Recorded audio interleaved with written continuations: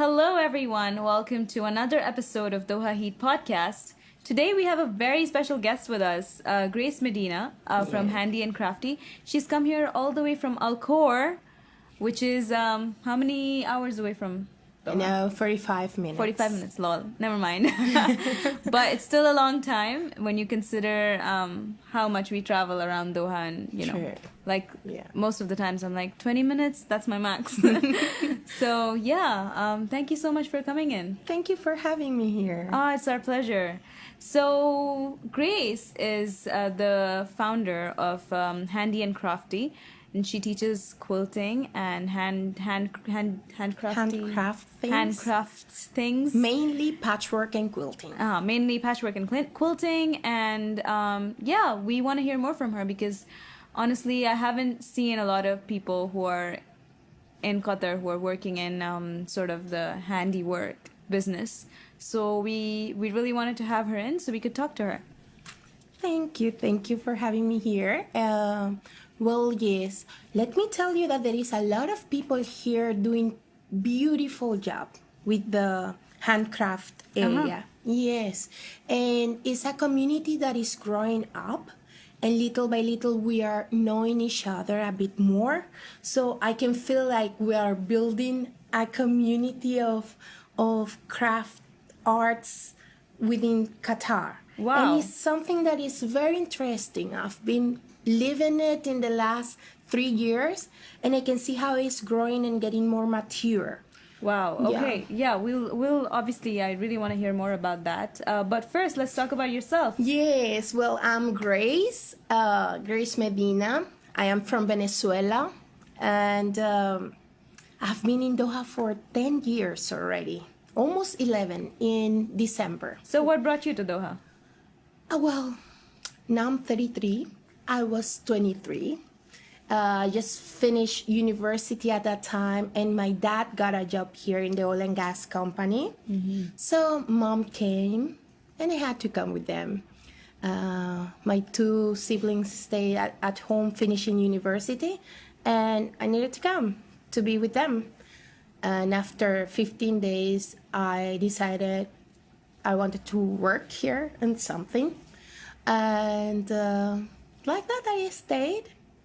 After 2 years, I got married with a South African man, a beautiful, handsome man. And now my parents are back home, and I stay here with my husband and my kids. I got 2 kids.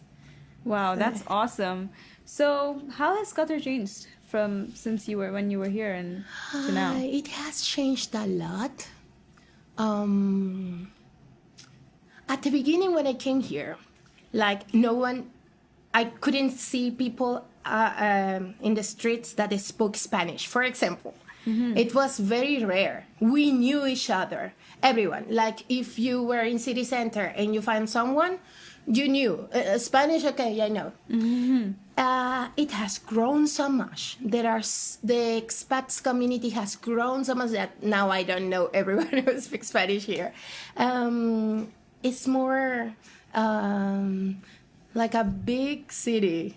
It used to be in a small city before, and I feel the time passes, buildings are getting crazy, and the mixing of culture is increasing. Interesting. It's a good change, though. Yeah. Because I also came to Qatar around 10 years ago, and what I remember of it is even just the amount of things that you could do was very limited. Yes. 10 years ago, it was just like you go to malls and you go ice skating and you go swimming, and there were like 3 malls. Yeah, 3 malls. And I live near the mall, which is the most creatively named mall in Qatar. So those were the places I knew, and every time I went out, I would just go to go grocery shopping with my parents and then come back home. But now there are so many more things to do, and it's just a lot of fun, and it's very vibrant now. Yes, there are lots of options and different kind of things. Also, I feel like before I was looking a lot for groups to do things. I play guitar too, so I was looking for a group of young people that meet together and play or making a band, something like that. Yeah. And at that time it was so difficult to find it. But now I can see groups of people that like cycling, running, Zumba, handcraft, whatever you want. There is something, a tiny community that you can join. Yeah. And that's good. Besides, you have a lot of places where to go. Also, there is more organization between the expats community, I feel. So Yeah, I agree. Yeah. There's a lot of better sense of community. yes, Yeah. because also like people at the beginning when I came here, most of the people I knew, they were like, oh no, we have been here for 2 years, 3, but that people has stayed, and now they have been here for 10 years or 15 years. So they kind of feel Qatar more as a home. Yeah. So and this is where a community gets mature, you kind of try to settle, Yeah. or make groups of people that you have things in common. So I think we are living that now. I agree. here. Yeah. And that's exactly like one of the reasons we started this podcast. Our CEO and John, who was the one who initially was the first host of the podcast, they started it so people in Qatar could obviously feel that they have the sense of community, and also people who were not here and had this stereotypical notion of Qatar would realize that it's a lot more than just expats coming here to make money and leaving. You know, there's a sense of community. There are people who are doing amazing things, and yeah, so I agree with you. But yeah, let's get into a little bit more. How did you get into quilting and, patchwork? How did I get into patchwork? Well, as I told you, I studied communications. My major is printed journalism. So I wanted to work in Reuters. That was my Same. dream. Yeah. This was my dream, and from early time before graduating, I already was working in magazines and newspapers in my country. So I really thought it was gonna be my future.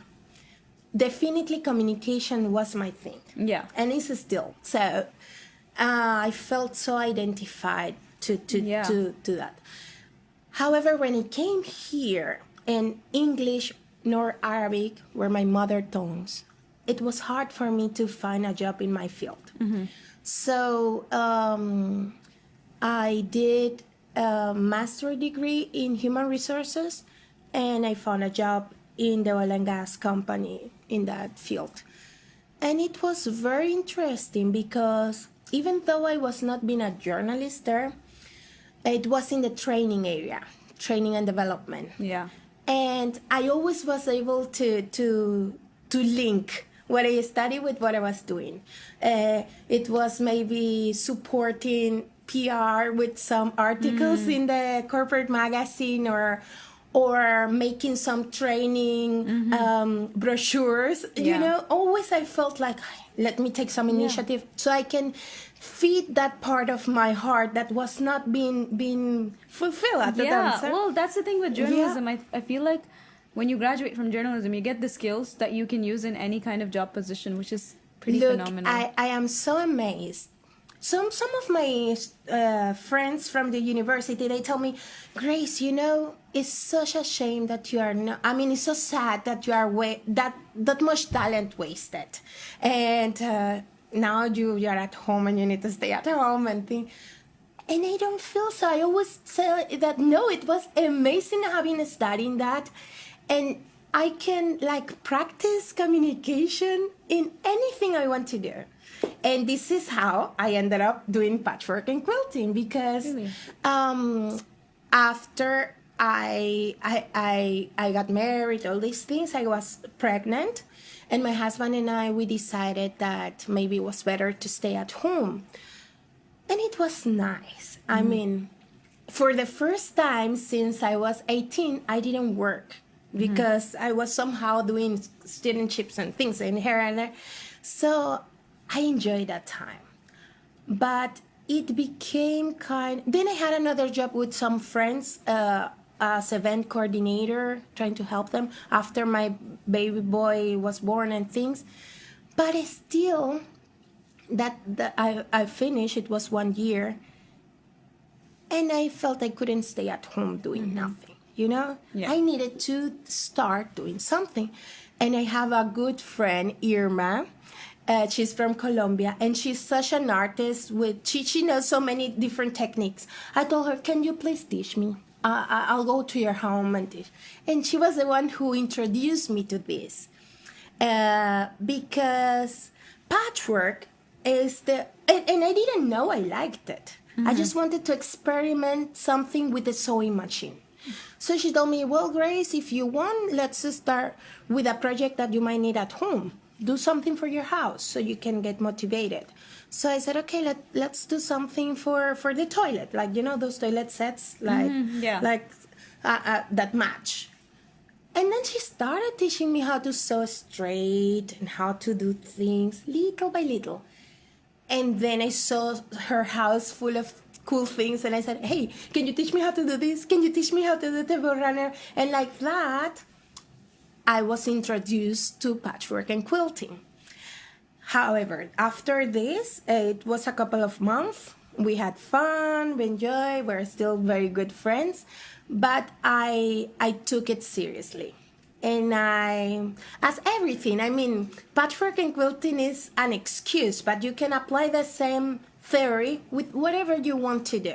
It's a matter, if you like it, you gotta study it, understand it, understand.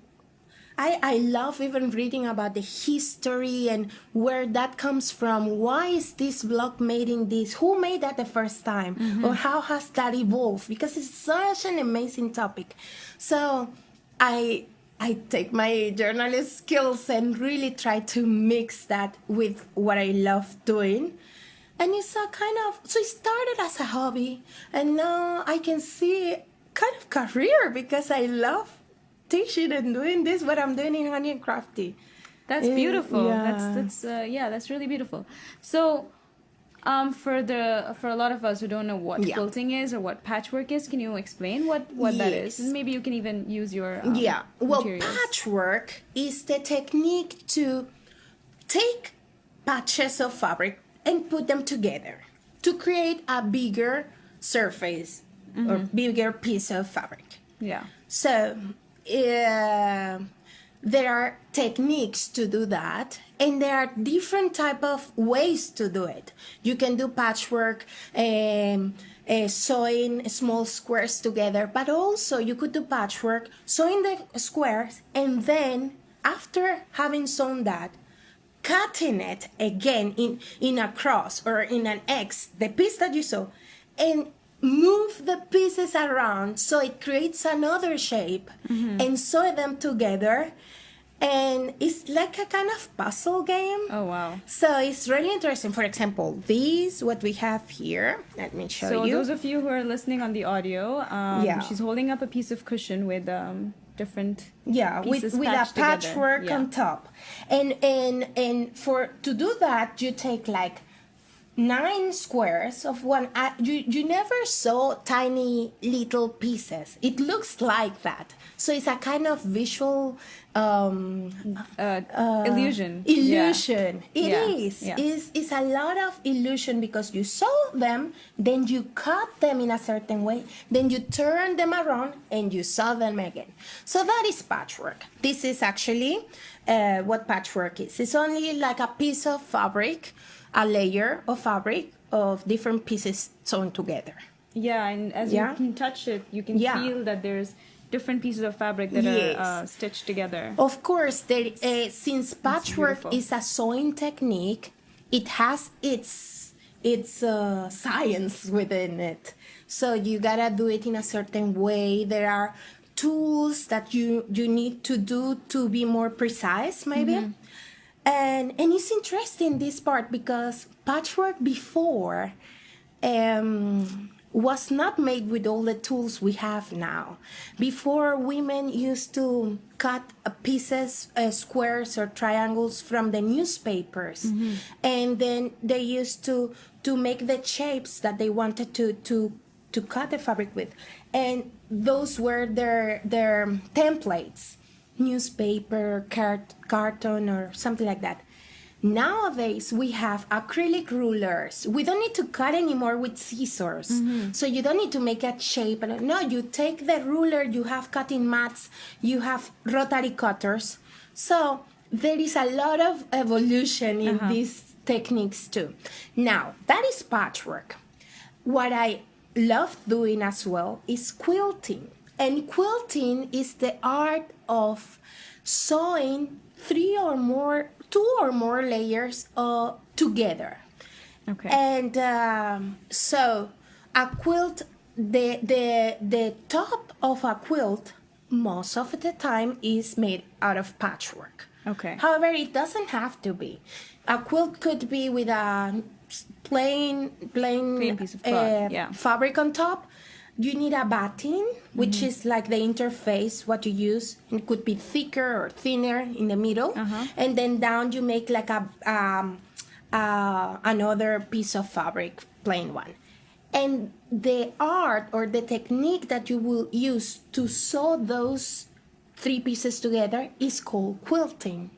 So now this is another huge topic because quilting could be straight, sewing just the 3 layers straight, like this, like that. But it also could be, that is the part that I love, drawing shapes and things with your sewing machine needle in a certain way that while you are sewing the 3 layers, you create designs, you create movement and texture. And that is another art. So this is what I love. I love doing creative sewing. What is creative sewing? In my definition, it's like things that I want to make, like bags and things that I can utilize. Yeah. But using these techniques. Yeah. So this is mainly what I do. And this is what I found that, I don't know what's wrong, but I love it. That's awesome, Yeah. Actually, when I was first introduced to quilting because I was going to university and I have a professor. She used to teach us literature, and her hobby was quilting. And in the literature that she taught us, we were learning about I think African American literature, and there were so many authors who used quilts to talk about their history and their legacy because the enslavement period, there were a lot of the enslaved who were quilting for their families to keep them warm and all of that. And so she was teaching us this, and then she was showing us her culture. She felt very connected to her culture. She connected literature and her creativity to display her quilts, and it was just a very for me, that was the first time I realized that art can be so intricately connected to so many different aspects of your life, and it can be connected to your emotions. Itself. And you can display your emotions. Your quilts can display what you're feeling, and about your history, about your culture, your traditions, everything. So I wanted to ask you, is there something about your art that makes you feel like that? Yeah, and actually, depending on how I feel, I quilt. I mean, it's not the same because remember, I'm a mother at home. So I need to cook, to clean, to take care of my kids. One is almost 2, my baby girl, and my boy is 5. So they need me a lot. But sometimes moms need a break, Yeah. And it's hard because they don't understand that mommy needs a break. As much as you can explain, like, okay. And quilting and patchwork is my break. It is the time when, if I am angry or tired, I kind of do things related to that emotion. And if I'm so excited and happy, I might do something that has tiny shapes in the quilting because I'm very patient at that time. But if I am not that patient and I am angry and I might even use colors that express what I'm feeling at that time. So helps that I have my YouTube channel. It's in Spanish. It's called Handy Crafty, Cosiendo con Grace. That is like sewing with Grace. And it helps me to think about what is the next video I'm recording. And so I always have projects. And so I can always take a break from home and go to my sewing studio. I have a small room at home, and I get inside, I close my door, and I do a video tutorial about certain things. I talk about the notions. Notions is called the tools that we use. So my channel, I focus it in people that have no clue about patchwork and quilting, but they like it. So I try to explain in basics everything, and it's so cool because it has grown so fast. I hope I can have the time to start doing that in English as well. But in the meantime, I feel in Spanish there is no much information about that because it's a lot of an American and European culture thing. It's not very related to Latin America. So having that information in Spanish, I think has helped a lot of people. Anyways, coming back to the emotions and the thing, any type of art will help if you really get in love to that activity. You will be able to experience a relief and a sense of like you can express yourself no matter what your emotion is. So I feel like this does that to me. So it's very nice. That's beautiful. So I wanted to ask you, you were talking about your community, the community in Qatar that's, into handicrafts and such. I haven't really met a lot of people who, are doing this, but I'm sure you have because you are in this kind of industry. So, yeah, tell me more. What has the reception been like for your work and for other handicrafts around? You know what? I am amazed because it has it has been so open that I was not expecting it. Remember, I started this because I was bored at home and I needed a hobby, another hobby. So I deliver workshops now, and in my Instagrams always I post the coming workshops and pictures of what we have done and stuff. It started just my friends wanted to learn, and they said, Grace, can you teach us? So okay, I started. But the more I was exposing that in my social media, the more people was interested. So they were, and not even my Spanish speaking friends, but other people like, hey, we want to learn also. How much is that? And I was not prepared for that. So it has been a learning curve for me because now I can apply my training and development skills that I had in my previous job. And I've created guides, and per course I give some patterns, but I explain how, and I mix that. Also, I have to learn how to arrange groups and all these things. Has been very interesting, very opening, very receptive. I'm surprised. Within that environment, I've met amazing artists here. People that most of the time is their hobby, but they are not selfish and they share it. I feel that is like the sense, like when you got a hobby and you want to learn, okay, I'll teach you. So it's growing more and more. People, women and men that got their job, but on the weekends they teach and they share that experience and that knowledge to other people. So it is amazing in the cooking area, in the handcraft, sewing, embroidering, knitting, crochet. People are making amazing things here in Doha. Yeah. Hand lettering. And I think the value is that there are things to choose. I mean, Doha is not a boring place. It depends on how you see it. Maybe you cannot see the things that is offering you, because there are so many things to do. Yeah. And so many things to learn. And I think that is amazing. Really, it's a very rich.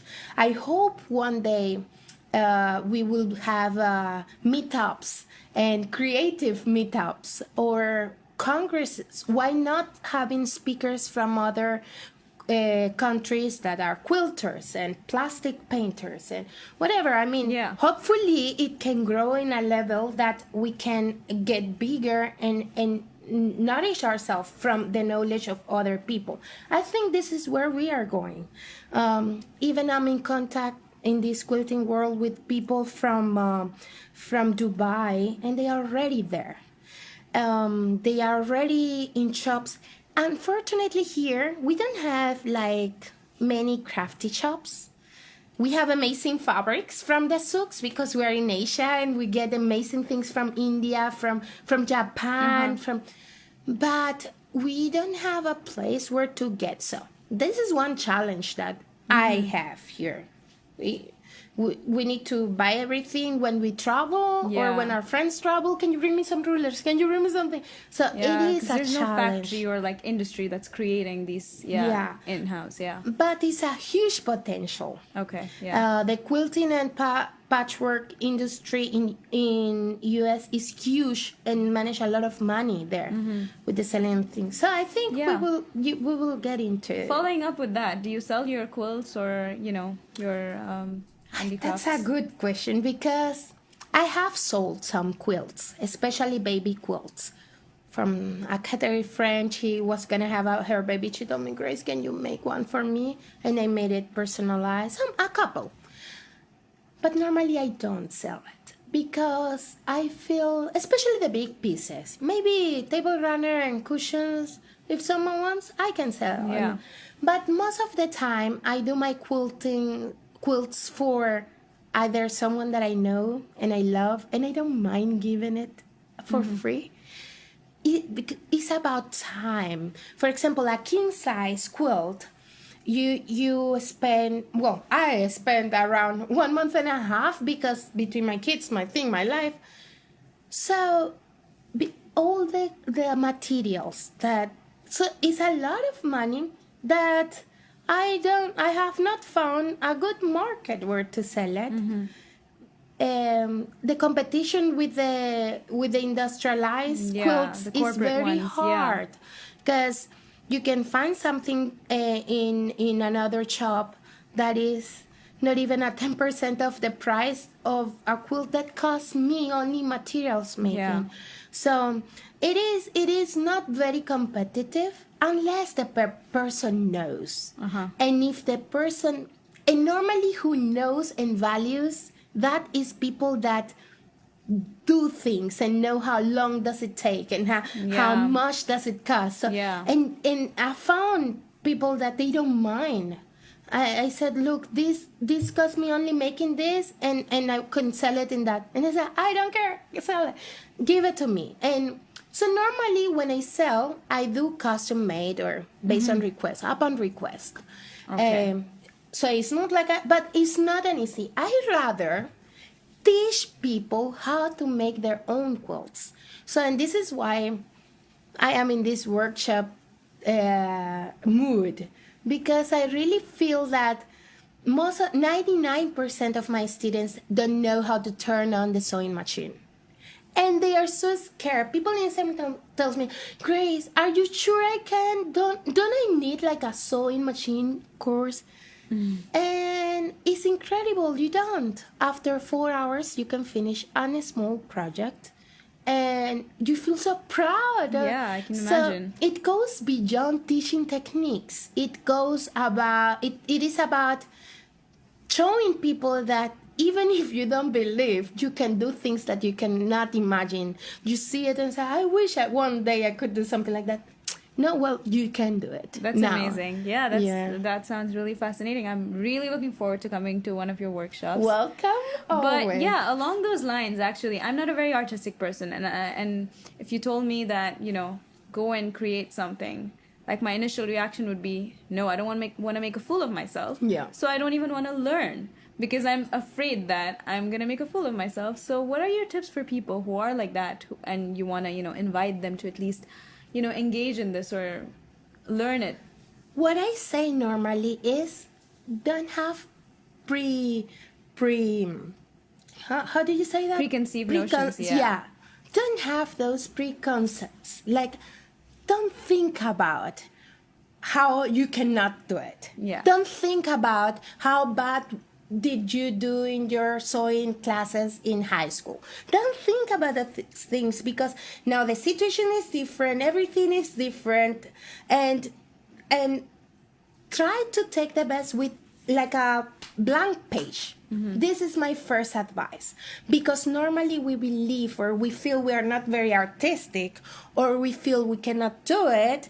It's just because of a previous experience. Yeah. It's just because maybe drawing was not a thing at school. Yeah. So I'm not artistic. Or in my case, I'm not very sporty because I was very bad in sports and I was chunky. And so the best thing is to come as a blank page. Try to forget for 4 hours those experience that had happened, because after you realize that if someone will explain you what to do step by step, you don't have opportunity to fail. I mean, it's not that you're going to try by yourself, reading a book and following the steps that you don't get the words. Yeah. No, it's someone that is instructing you. So the thing is that we humans are scared to fail. Yeah. This is about everything. It goes beyond patchwork and quilting. So daring is a tough step. Yeah. But I feel this is very forgiving because you don't need to do things perfect.